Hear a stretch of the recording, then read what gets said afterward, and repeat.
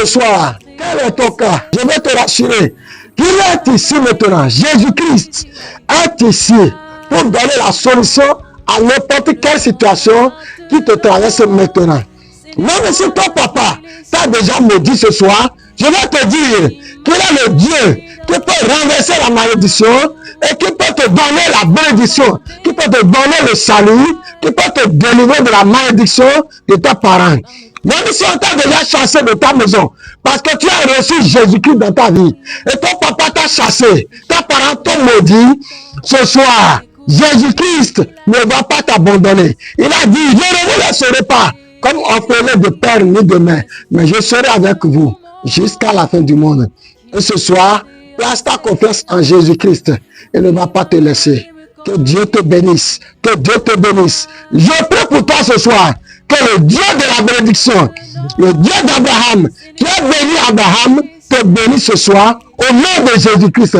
Le Dieu qui a multiplié les troupeaux d'Abraham, les troupeaux de Jacob, les troupeaux de Laban. Jacob a été une bénédiction dans la maison de Laban. Ce soir, sois une bénédiction dans ton entreprise, sois une bénédiction pour ta famille, sois une bénédiction pour ta société. Au nom de Jésus-Christ, la Bible a dit que si Dieu élève, personne ne peut rabaisser. Et ce soir, si Dieu t'a élevé, je vais te dire ce soir que personne ne peut te rabaisser. Si quelqu'un ose te rabaisser, il croisera Jésus-Christ sur son chemin. Personne ne peut te maudire. La Bible a dit que l'enchantement ne peut rien contre Israël. C'est-à-dire la malédiction, la persécution ne peut rien contre toi. Parce que tu es l'épouse de Jésus-Christ. Shalom à vous. Je vous salue au nom de Jésus-Christ. Partout où vous êtes, je vous salue.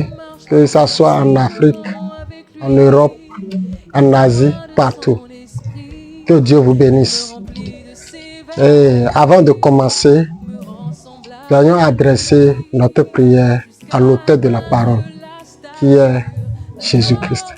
Seigneur notre Dieu, nous voulons te dire merci pour tout ce que tu nous as fait, pour ta protection sur notre vie, pour ta grâce qui nous accompagne au jour le jour. Nous voulons te dire merci pour ta bénédiction dans nos vies. Et nous sommes ici pour parler de toi et pour prier, Seigneur. Et nous voulons t'inviter au milieu de nous, que tu descends parmi nous et que tu nous conduis, Seigneur Jésus. Exauce nos prières et conduis toutes choses pour la seule gloire et l'honneur de ton nom. Au nom de Jésus-Christ. Amen. Donc, sans tarder, je vais prendre dans le livre de 2 Rois, chapitre 20, verset 1er. La Bible dit, en ce temps-là, Ézéchias fut malade à la mort. Le prophète Ésaïe, fils d'Amon, vint auprès de lui et lui dire, ainsi parle l'Éternel, donne tes ordres à ta maison, car tu vas mourir et tu ne vivras plus. Ézéchias tourna son visage contre le mur et fit cette prière à l'Éternel.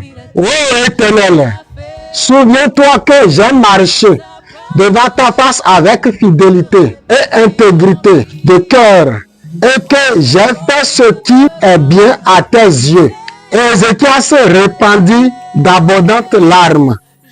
Ésaïe, qui était sorti, n'était pas encore dans la cour du milieu lorsque la parole de l'Éternel lui fut adressée en ces termes. Retourne et dis à Ézéchias, chef de mon peuple, ainsi parle l'Éternel, le Dieu de David ton père. J'ai entendu ta prière, j'ai vu tes larmes. Voici, je te guérirai. Le 3e jour, tu monteras à la maison de ton père. J'ajouterai à tes jours 15 années.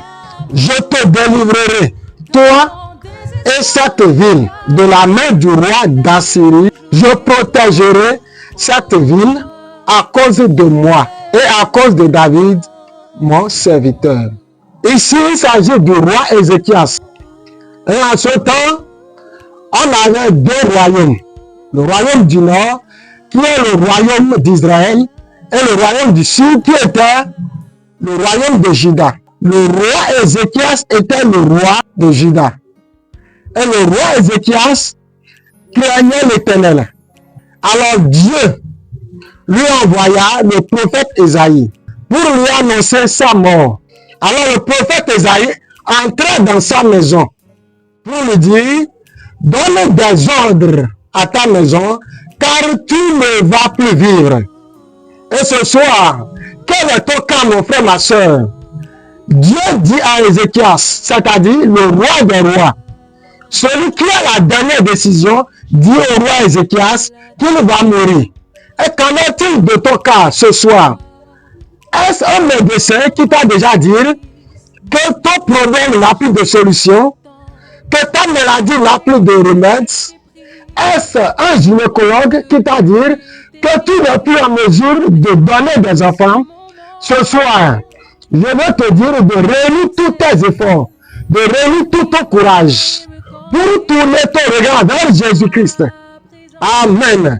Parce que si les pleurs d'Ézéchias, si la prière d'Ézéchias a pu changer la pensée de Dieu, à plus forte raison, ta prière peut changer la pensée des méchants, peut changer la pensée de la sorcellerie, peut changer la pensée des démons, peut changer l'œuvre du méchant.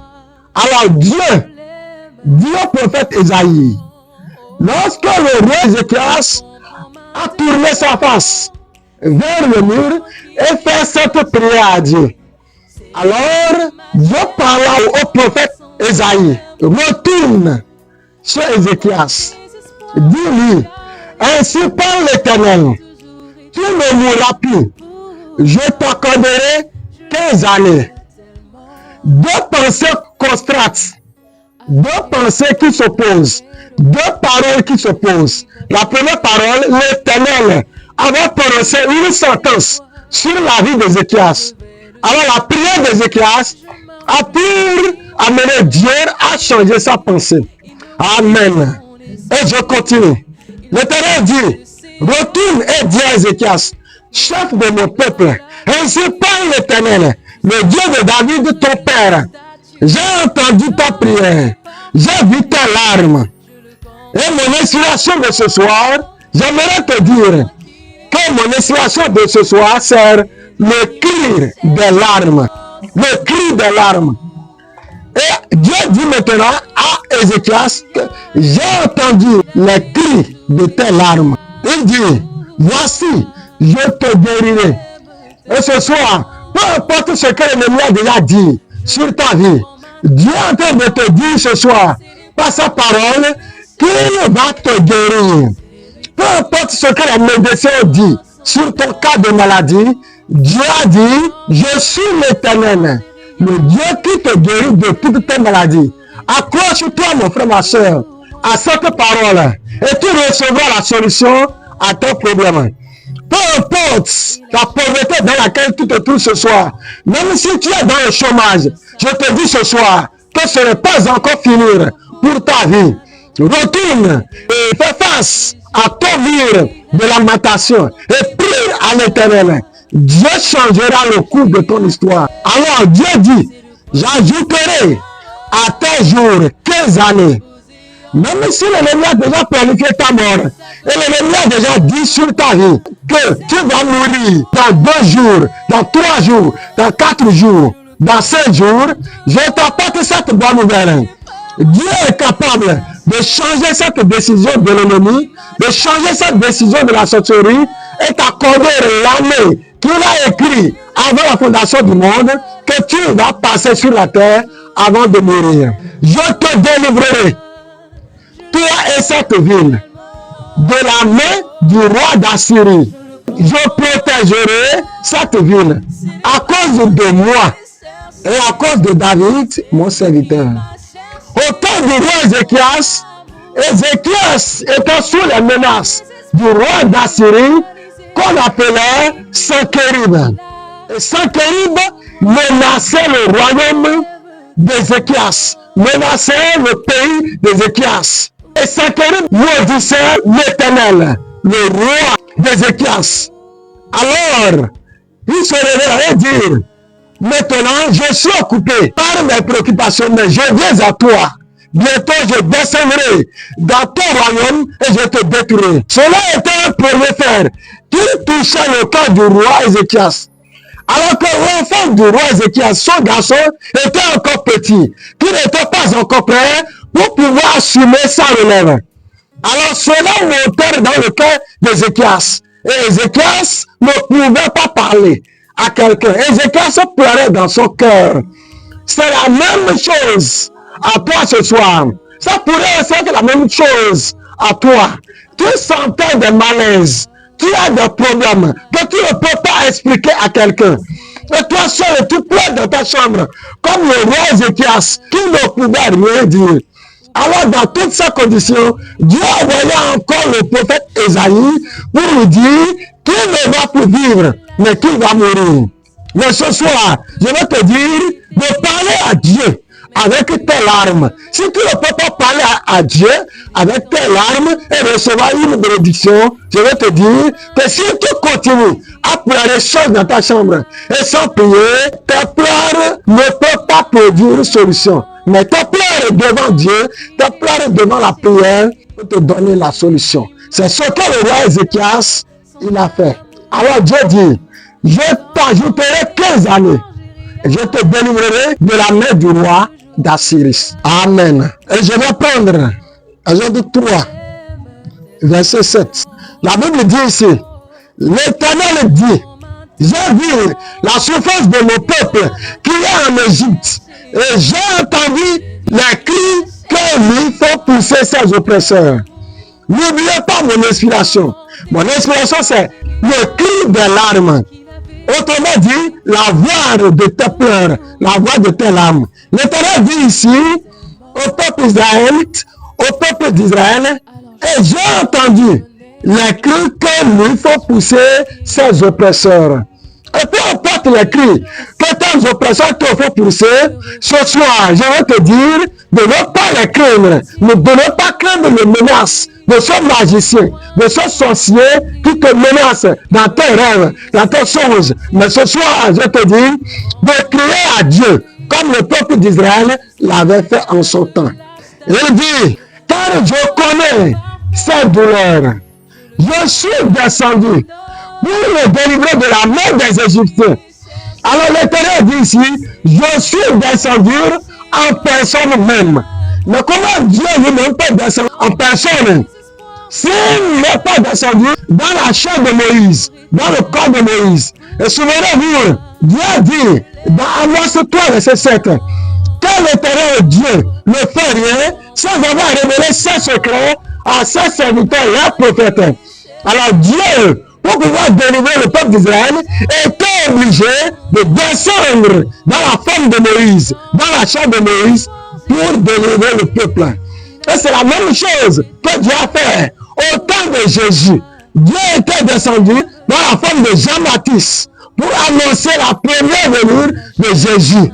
Pour dire au peuple juif, pour dire aux pharisiens, aux sadducéens, qui s'accrochaient à l'ancienne alliance, la loi, que le temps est venu, pour qu'ils puissent commencer maintenant par rentrer dans la nouvelle alliance.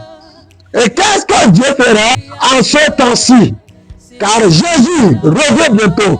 Mais si Jean-Baptiste était le précurseur de sa première venue, nous pouvons penser que Dieu ferait la même chose. Car Jésus-Christ est le même hier, aujourd'hui et pour toujours. N'aurait-il pas encore un autre Jean-Baptiste qui aurait l'esprit de lui pour préparer, pour annoncer la seconde venue de Christ? Je continue. La parole de Dieu dit ici, je suis descendu pour le délivrer de la main des Égyptiens et pour le faire monter de ce pays et dans un bon et vaste pays. Dans ce pays où coule le lait et le miel. Dans les lieux qu'habitent les Cananéens, les Hétiens, les Amoréens, les Phérésiens, les Hétiens et les Jébusiens. Verset 9, il dit, voici, les cris d'Israël sont venus jusqu'à moi. Autrement dit, voici le cri de pleurs, le cri de larmes du peuple israélite sont descendus dans mes oreilles. Voici les cris d'Israël sont venus jusqu'à moi.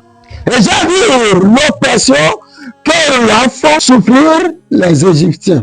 Mais ce soir, peu importe les oppressions de Satan, peu importe les oppressions des démons, peu importe les oppressions de tes ennemis, je vais te dire que Dieu est plus fort que toutes les oppressions.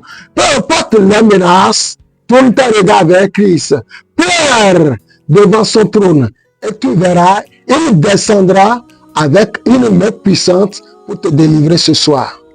Il dit, maintenant, va, je t'enverrai auprès de Pharaon et tu feras sortir d'Égypte mon peuple. Alors ce n'est plus Dieu qui devrait descendre en personne, mais Dieu dit ensuite, Moïse, va, je t'enverrai auprès de Pharaon et tu feras sortir d'Égypte mon peuple, les enfants d'Israël. Moïse dit à Dieu, qui suis-je pour aller dans Pharaon et pour faire sortir d'Égypte les enfants d'Israël? Dieu dit, je serai avec toi. Autrement dit, Moïse, je serai avec toi. Tu seras ma bouche. Alors les prophètes ici sont la bouche de Dieu. Et ce n'est pas n'importe quel prophète. Ce sont des prophètes majeurs. C'est-à-dire les prophètes qui ont été envoyés dans un âge donné. Comme Moïse, comme Esaïe, et ainsi de suite. Comme Jean-Baptiste. Amen. Et je continue. Dieu dit, je serai avec toi. Et ceci sera pour toi le signe que c'est moi qui t'envoie. Quand tu auras fait sortir d'Égypte le peuple, vous servirez Dieu sur cette montagne. Le cri des larmes du peuple sont montés jusque dans les oreilles de Dieu. Alors Dieu était descendu sous la forme du prophète Moïse pour les délivrer. Et ce soir, le Dieu d'Israël, Jésus-Christ de Nazareth, est ici ce soir pour te délivrer, pour te délier des liens de la sorcellerie, des liens familiaux, de la malédiction familiale. Peu importe la malédiction qui règne dans ta famille, ne crains pas. Jésus-Christ, le rocher des âges, est ici ce soir pour te délivrer. Je prends 1 Samuel, chapitre 1er, verset 1er. La Bible dit, Anne se leva après qu'elle ait mangé et bu à Silo. Le sacrificateur, Élie était assis sur un siège près de l'un des poteaux du temple de l'Éternel. Et la larme dans l'arme, elle pria l'Éternel et versa des pleurs. Ici, il s'agit de Anne, la femme d'Elkana, qui avait pour copine Pénina, qui la persécutait, qui se moquait d'elle, parce qu'elle n'avait pas d'enfant. Alors Anne monta à Silo, dans le temple de l'Éternel, pour pleurer, pour crier, pour gémir devant Dieu. Il dit, au verset 10, il dit, et la larme dans l'arme, elle pria l'Éternel et versa des pleurs. Elle fit un vœu en disant, Éternel des armées, si tu daignes regarder l'affliction de ta servante, si tu te souviens de moi, et n'oublie point ta servante. Et si tu donnes à ta servante un enfant mâle, c'est-à-dire un garçon, je le consacrerai à l'Éternel pour tous les jours de sa vie. Et le rasoir ne passera point sur sa tête. Comme elle restait longtemps en prière devant l'Éternel, Élie observa sa bouche. Elle parlait dans son cœur. Elle parlait dans son cœur. Et ne faisait que remuer ses lèvres, mais on n'entendait point sa voix. C'est-à-dire, on n'entendait plus la voix de Anne. Elle pleurait, comme dans le verset 10, elle pleurait, les larmes coulaient, mais sa voix ne sortait pas. Sa voix pouvait parler à la place de sa voix. Ce soir, si tes larmes peuvent parler à la place de ta voix devant Dieu, Dieu t'exaucera. Il dit, elle parlait dans son cœur et ne faisait que remuer ses lèvres. Mais on n'entendait point sa voix. Et ils pensèrent qu'elle était ivre. Et lui dit, jusqu'à quand seras-tu dans l'ivresse, faire passer ton vin? Anne répondit, non, non, Seigneur, je suis une femme qui souffre en son cœur. Et je n'ai ni bu, ni vin, ni boisson enivrante, mais je répandrai mon âme devant l'Éternel. Et ce soir, fais comme Anne, répands ton âme devant l'Éternel et Dieu t'exaucera certainement. Parce qu'il a le secours qui ne manque pas au temps de la détresse. Il dit, Anne répondit, ne prends pas ta servante pour une femme pervertie, car c'est l'excès de ma douleur et de mon chagrin qui m'a fait parler jusqu'à présent. Et il reprit la parole et dit, va en paix, et que le Dieu d'Israël t'exauce. Exauce la prière que tu lui as adressée. Elle dit, que ta servante trouve grâce à tes yeux. Et cette femme s'en alla, elle mangea et son visage ne fut plus la même. Question verset 20. La Bible dit, dans le cours de l'année, Anne devait enceinte, c'est-à-dire dans la même année, Anne devait enceinte. Et elle enfanta un fils qu'elle nomma Samuel. Car dit-elle, je l'ai demandé à l'Éternel. Amen. Et ce soir, quel est ton cas?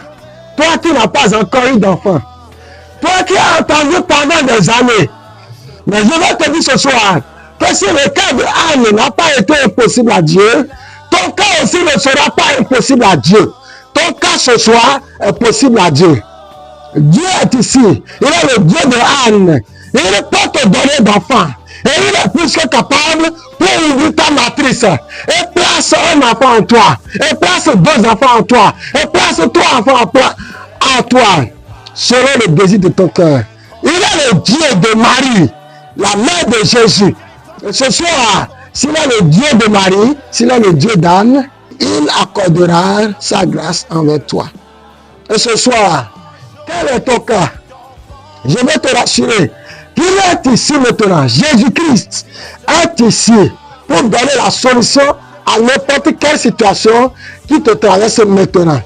Même si ton papa t'a déjà maudit ce soir, je vais te dire qu'il est le Dieu qui peut renverser la malédiction et qui peut te donner la bénédiction, qui peut te donner le salut, qui peut te délivrer de la malédiction de tes parents.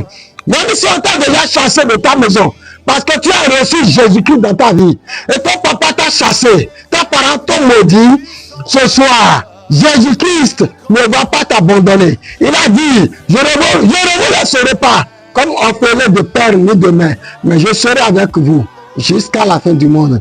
Et ce soir, place ta confiance en Jésus-Christ. Il ne va pas te laisser. Que Dieu te bénisse. Que Dieu te bénisse. Je prie pour toi ce soir.